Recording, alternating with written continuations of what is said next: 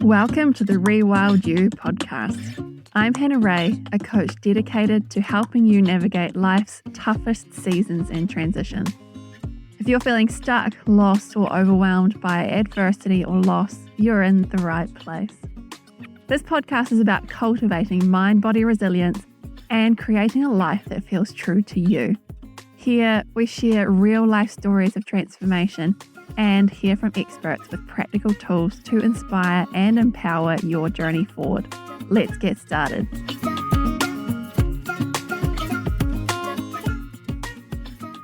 Hello and welcome to the very first episode for Rewild You of 2025. And it's also my very first solo episode. So I'm excited to dive into this new format with you and hopefully be sprinkling in some of these solo episodes among those conversations with my amazing guests throughout the year. So in this episode, I'll be sharing with you 5 powerful lessons that I've learned about resilience through my endurance sport experiences. So if endurance sport isn't your thing, then welcome. I still hope you stick around and enjoy the ride, because a lot of these lessons can be applied to really anything that we're facing in life. And if you are someone who is totally steeped in the endurance sport world, then I hope that for this episode, I hope that it sheds some new light on your own experiences and helping you kind of build those connections or make those links between the skills and experiences that you might have learned and developed through endurance sport, and see how that helps you excel and grow and learn in other areas of your life too. So to preface this, I want to share with you the definition of resilience that I use and work with. And that is that resilience is our ability to adapt to change. So not necessarily about picking yourself up or getting back on the horse again. It's about practicing and learning and growing that ability to be able to adapt to change our life. So whether that's in sport or in life, it's not about avoiding these challenges like many of us have a tendency to do, but it's about learning, practicing, and expanding our mind, body, and our nervous system capacity to be able to navigate these challenges that we face. So the first of these lessons that I'm going to share with you is showing up even when it's hard.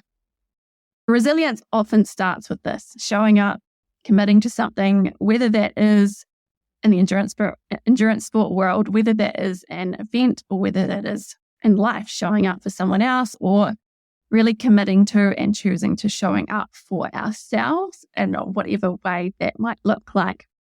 So from my endurance sport days, I have all manner of examples of getting up to train when I would have rather just stayed snuggled up in bed.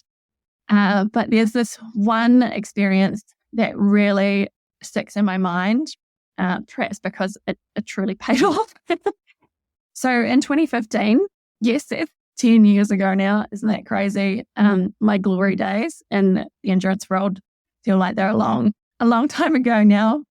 So in 2015, I gained a spot as an age group athlete at the World Champs of Xterra, which is the off-road version of triathlon. And that World Champs race was held in Hawaii. The race took place in November. They're not quite summer exactly, but still a whole lot warmer than winter in New Zealand. I qualified for this race in March. And so I had a good kind of 7 to 8 months of training which is an amazing amount of time to have to prepare for a World Champs. But that meant training through the New Zealand autumn and winter. So in the Xterra off-road triathlon, you have an ocean swim, a mountain bike, and a trail run.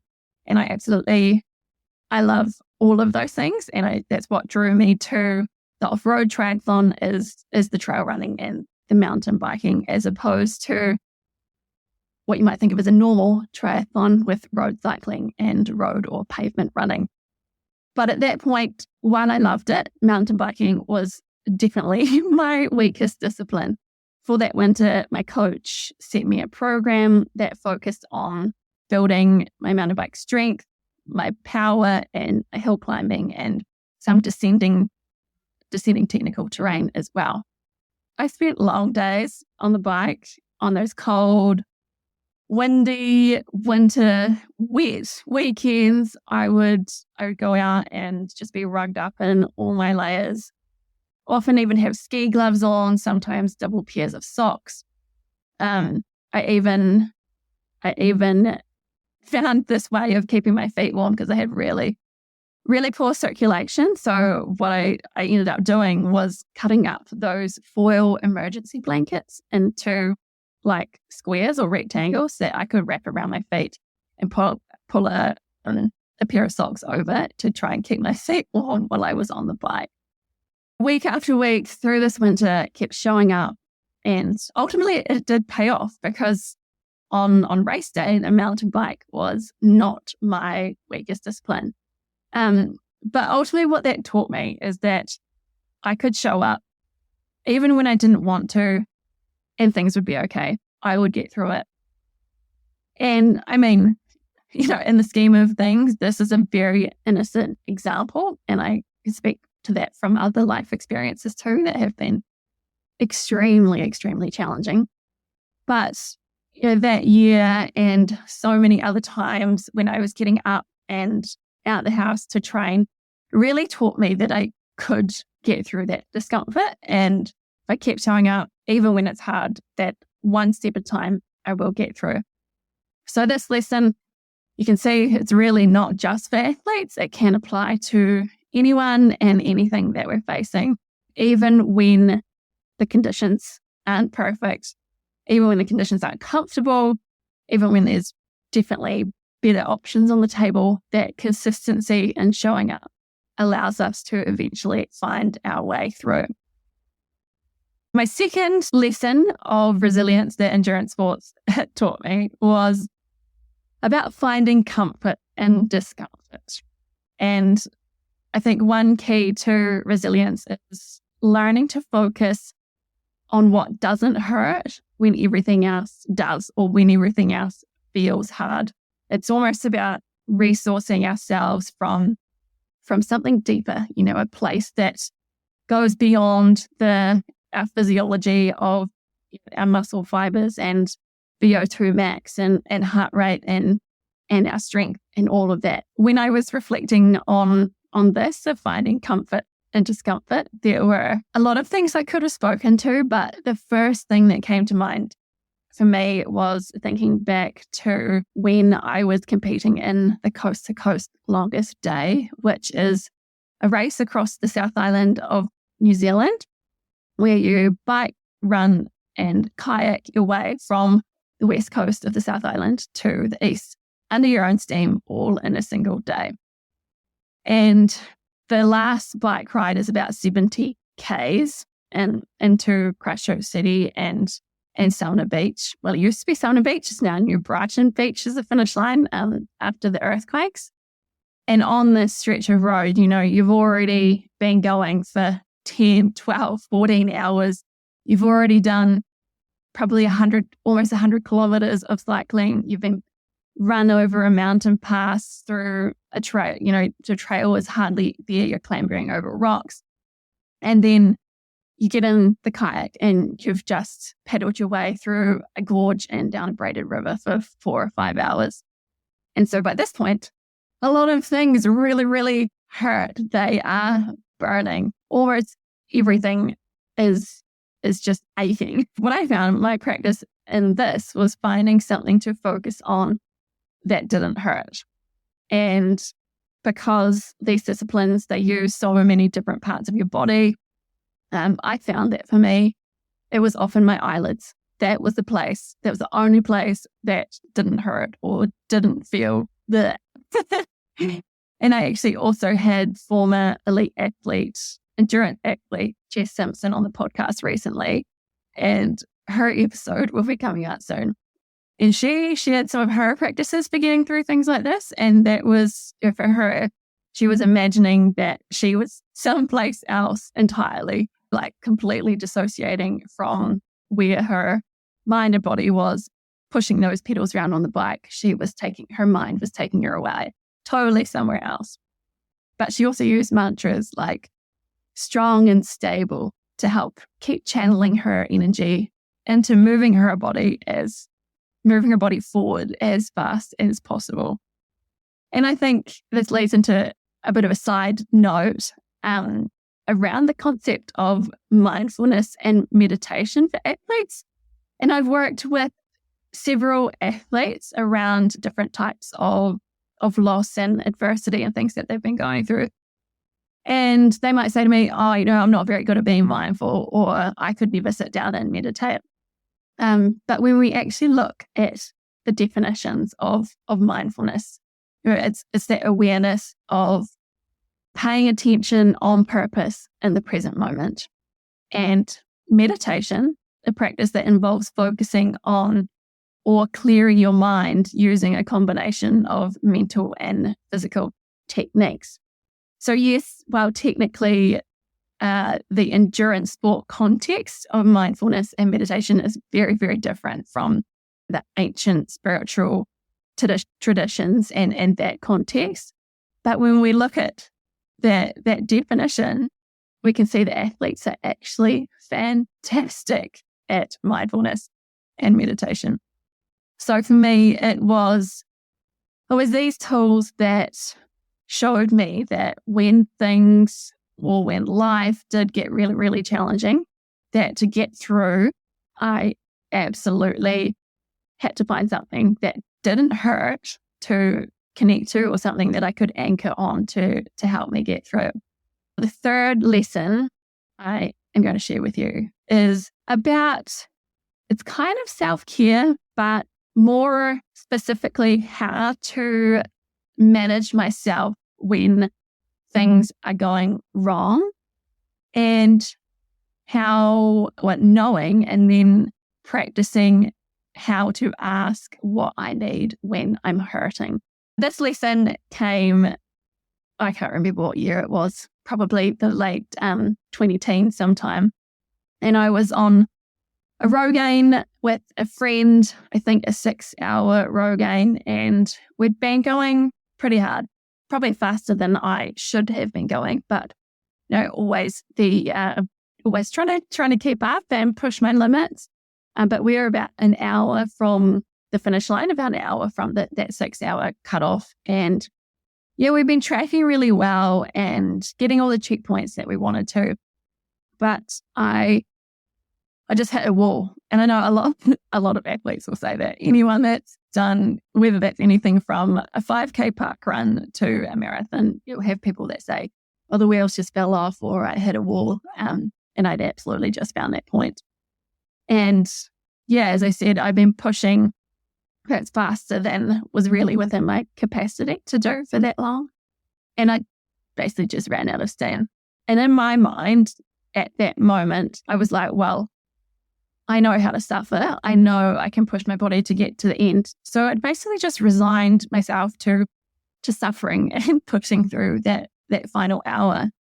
But my teammate, he actually said to me, he's like, I can see that you're struggling. What do you need? Do you want something to drink? Do you need something to eat? Do you want to put a layer on, or do you need to take a layer off? Or is there something with your feet that we need to fix? And when you think about it, it's such a simple question. But, I had never really expanded my lens to think about, I'd never considered that I didn't need to suffer through this. It helped me realize that absolutely, it's still going to be hard and I'm going to have to push to keep up, but I don't have to suffer through those final 60 minutes. And I can't remember what I decided. Maybe it was a yes, I'll have a snack, or yes, can you remind me to keep drinking, or yes, can you please tell me a funny story to keep my mind off how much my legs are hurting. This friend of mine really taught me that it's okay to take a moment and be like, yes, this is going to be hard, but what do I need to help myself get through this? And that also brings to mind a quote from a Dark Nights of the Soul book written by Thomas More. And there was a line in there that I really connected with when I first read it. And it was, I'm paraphrasing here, it was, if we're faced with something that we can't fix, like there is literally no solution for this, then how can we care for ourselves best through it? So it's thinking about a care versus a cure for whatever this thing is that we're facing. And I believe that that helps us really face the facts and the reality of what we're being faced with. And asking those questions, how can I best look after myself in this moment, allows for much more aligned and empowered actions and decision making. So number 4, my 4th lesson from endurance sport world was pacing for the long haul. Endurance really, really taught me the importance of sustainable effort, how that feels, what that looks like. You know, that place where things are hurting, things are burning, but you're like, I think I can keep this up. Or maybe, no, I can't keep this up and I need to pull back just slightly. In 2019, I was fortunate to actually win an entry to a 5-day ultramarathon in the Wadi Rum Desert in Jordan in the Middle East. And I guess this links back into my previous point about a whole lot of factors and things that can go wrong and how do you manage yourself through that. Obviously the heat compared to, again, a winter training in New Zealand. The heat was a big unknown. The sand, just the travel, the food. Yeah, definitely pulled on my resources to how can I best support myself. But when I talk about pacing for the long haul, my example here is that in the first couple of days of this race event, I wasn't there to race that time. The first couple of days were about 40 or 50 Ks each, and there are the elites, the elite runners, and then there are kind of the middle of the packers like me. But even so, those middle of the packers would take off in those early kilometers. And for me, I did find it so hard to rein that in a competitor of mine in, and I definitely got carried away a little bit. I think it's natural competitive behavior when a runner will come alongside you and if they're not screaming past you, you think, yeah, maybe I can stick with them. And yeah, sure, that might work in a shorter race. Maybe that does give you the extra oomph and adrenaline and kind of pushes you to push your pace a wee bit.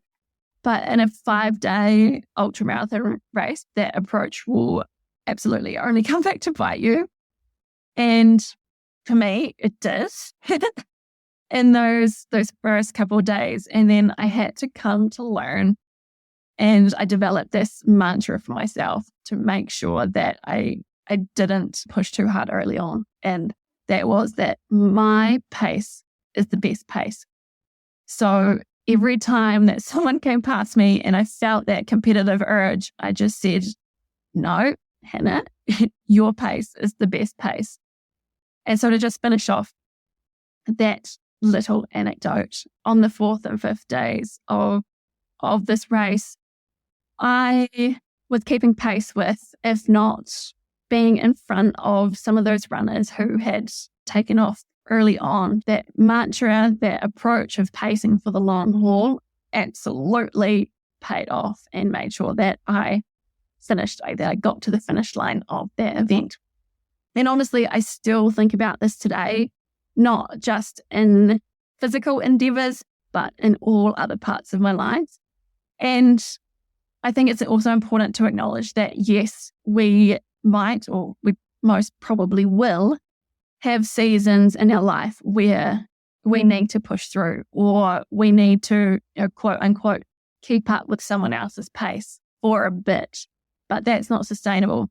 Because for the most part, it doesn't matter that so-and-so is running further or faster, or some other friend has a bigger house, or their business is making more money, or maybe someone you know doesn't seem like they have any problems or they've never gone through anything hard in their life. Meanwhile, you're over here spending thousands of dollars getting support for XYZ, or you're not feeling like you're making real progress. I say that in air quotes because we all really get to define progress and success for ourselves. This pacing for the long haul concept, getting to know what your pace is in each season of life is so, so important. You know, it might take some trial and error, finding that pace. Sometimes you might push too much and you come back to bite. It might come back to bite you, and you take that learning on board and take your next step forward. But with that intention around your pacing and awareness of what's not enough, what's too much, you'll eventually come to learn what your pace is. And then it's a matter of checking in and reminding yourself that your pace is absolutely the best pace for you. My fifth and final lesson of resilience from endurance sport is to find meaning in the journey, not just in the finish line. This is a bit of a doozy, and I feel like I've saved the best life-changing lesson for last. And I know for myself, it took me many, many years for this to truly sink in for me. And I think it's because my community, my meaning, my identity, it was all so linked and intertwined with endurance sports and the community there. Like I absolutely thrived on feeling strong in my body and trusting 100% of the time that it would do pretty much anything that I asked of it. I really just loved spending so much time on adventures in the hills with wonderful people. But somewhere along the way, it became a matter of, what's the next event? What's the next? People talk about these big, hairy, audacious goals. What's the next bigger, longer, faster thing that you're training for? And it really got to a point where my year was planned out with all the finishing lines I was working towards. And absolutely on one level, that is fantastic. But for me, by that point, it had got to a level where it became unhealthy. And it wasn't until the finish line of the Pioneer in 2018, the Pioneer, just filling in a gap for you, is a 6-day endurance mountain bike stage race. That year it was held around central Otago with the final finish line in Queenstown. And one of my favorite people, Caleb, had died just weeks earlier. And my dad, they had recently stopped any chemo or radiation treatment for cancer. There was nothing else that they could do for him.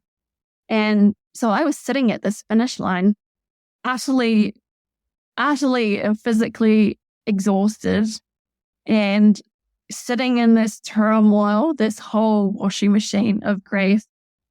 And it wasn't until then that it really landed for me. Without these people, without the meaningful connections to other people that I really love, without a meaningful connection to myself, none of this, these awesome adventures, these achievements and finish lines really don't mean, I'm going to say they don't mean anything, but they don't mean as much.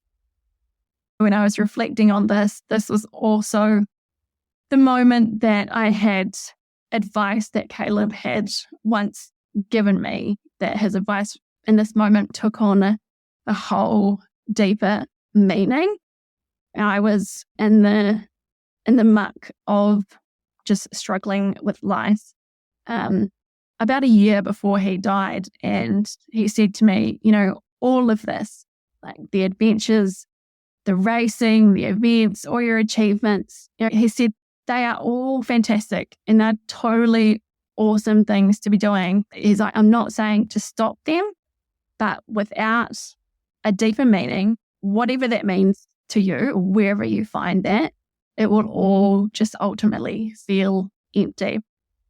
Sitting at that finish line of the Pioneer, that's when it all really landed for me, that endurance sports and life, by having that deeper meaning, whatever that means to you, all of these things become so much richer, more fulfilling, and way more fun when we also have a focus on relationships, our connection with ourselves, and growth and a meaning found in the process rather than chasing that next achievement or that finish line, as I had been doing for so many years. I can hand on heart say that endurance sports have been one of my greatest teachers, showing me how to adapt, showing me how to persevere, to blast through and beyond my comfort zones, and also eventually finding a real deep and true joy and meaning in the process. So if these lessons or some of my experiences resonate or spark something within you, I would love to hear your thoughts and love to hear from you. You can tag me on Instagram, or if you want to have a bit more of a chat, feel free to get in touch through the links in the show notes. And if you are someone that's wanting to explore resilience and mind-body resilience, your nervous system capacity in more detail, you can check out my free Resilient Mind-Body Toolkit for practical tools to get started. You also find that link in the show notes too. Or if you're ready for deeper support, you can book a free consult with me to map out your next steps. So thank you so much for joining me on this first solo episode. Here's to showing up, pacing ourselves, and finding meaning in each of our individual journeys. Thanks for joining me today on Rewild You. If something in today's episode resonated with you, I'd love to hear your insights. Share them on social media and tag at Rewild You HQ. Ready to take the next step? Visit rewildyouhq.com to explore free resources and to learn more about how coaching can support you on your journey. If you're unsure where to begin, DM me on Instagram with your questions or thoughts. I'd so love to hear from you. Take care out there, and I'll see you in the next episode.